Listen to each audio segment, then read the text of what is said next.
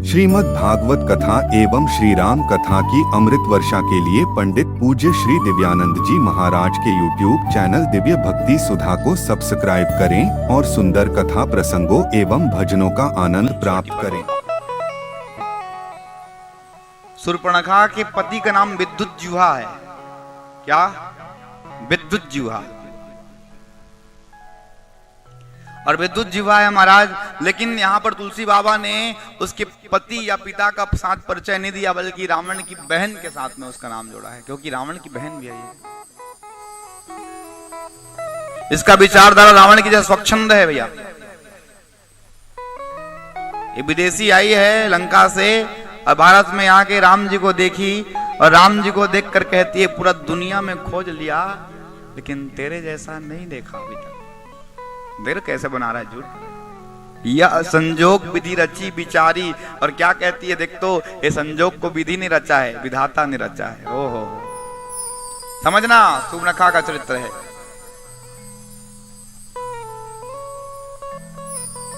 हाँ सामने आ जाइए सामने आइए।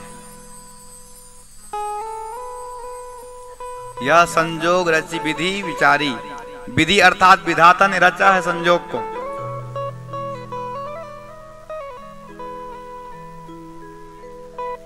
दुनिया के लोग मेरे अनुकूल नहीं, तुम ही मेरे अनुकूल हो। कौन बोल रहे हैं?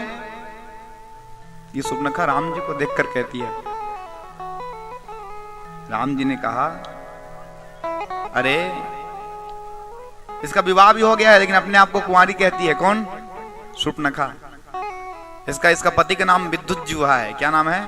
विद्युज्जिह्वा।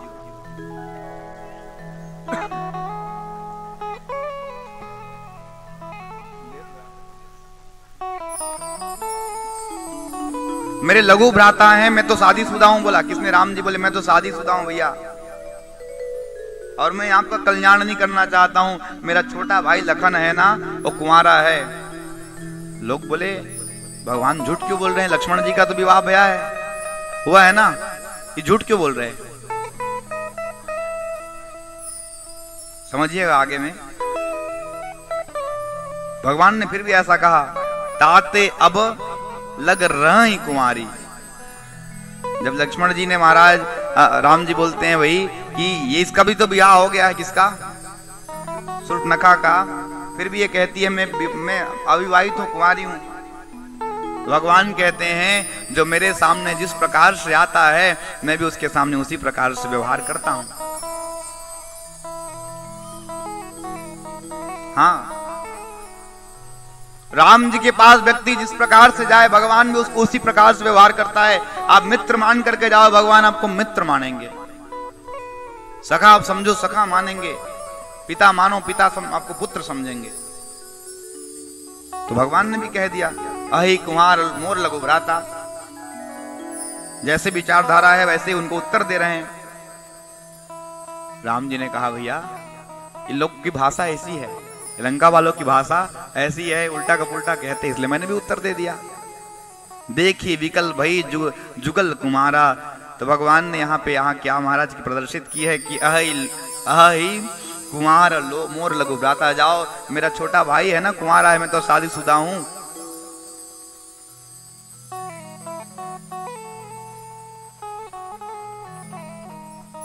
अब ये किसके पास में चली गई?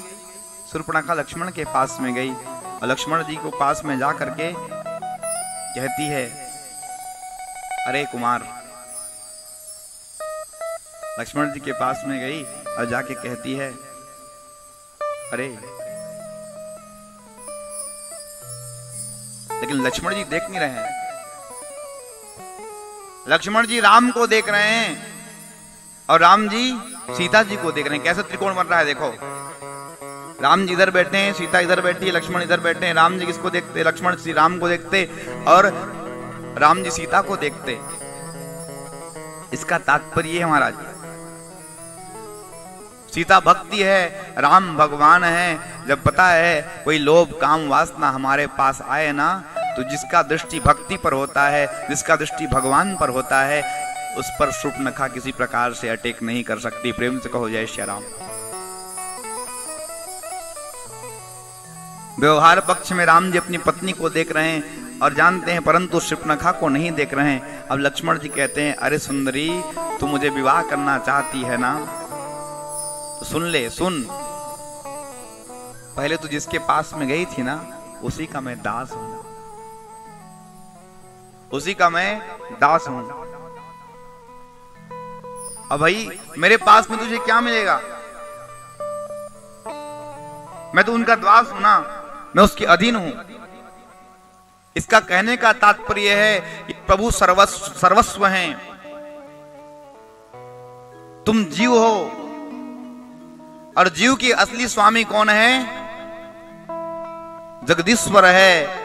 इसलिए जाओ, वो जाओगे उसके शरण में तो तुमको अपना लेंगे, अध्यात्मक दृष्टि से देखा जाए तो। लेकिन इसका भावना सही नहीं है महाराज। इसकी भावना सही नहीं है, इस शूर्पणखा की भावना सही नहीं है। अब जाओगे तो परमात्मा तुमको अपना लेंगे, तुम जाओ तो सही। लेकिन तो ये लुका छिपाई खेल रही है, कभी राम जी के पास जाए, कभी लक्ष्मण जी के पास जाए, कभी राम जी के पास जाए, कभी लक्ष्मण जी के पास जाए। लक्ष्मण जी जीवाचार्य हैं, और जीवाचार्य हैं इसलिए उपदेश दे रहे हैं, तुम्हारा कल्याण हो जाएगा उसके शरण पे जाओगे तो। परंतु इसने समझा नहीं हो।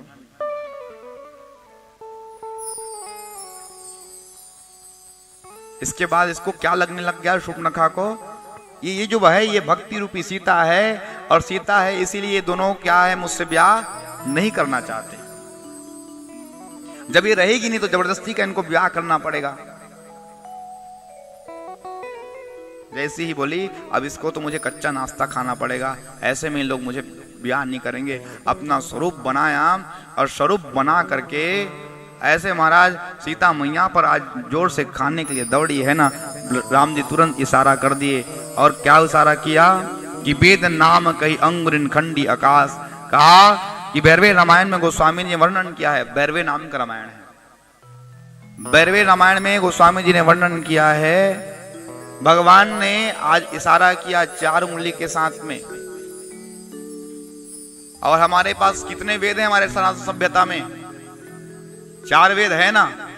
और वेद को ही श्रुति कहा जाता है, जो सुन करके याद किया जाए उसी का नाम वेद है। लक्ष्मण, इसका जो ये जो कान है और नाक को काटो। भगवान संकेत देते हैं, खंड मने इसका खंडित कर दो। किसको? इसके नाक और कान को।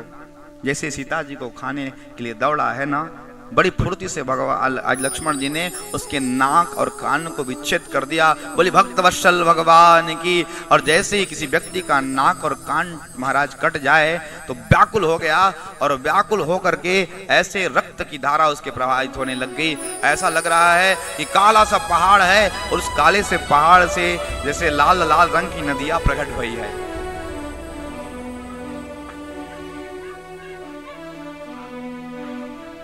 प्रेम से कहो जय श्री राम।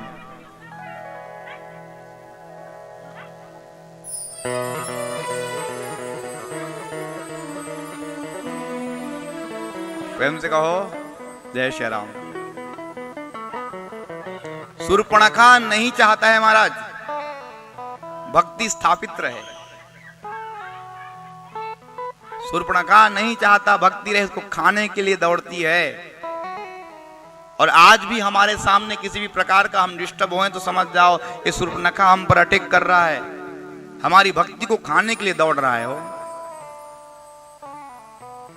कभी बच्चों के आवाज के रूप में हल्ला करने के लिए आए, तो कभी किसी का महाराज किस प्रकार से। ये शूर्पणखा का ही अंश है। शूर्पणखा नहीं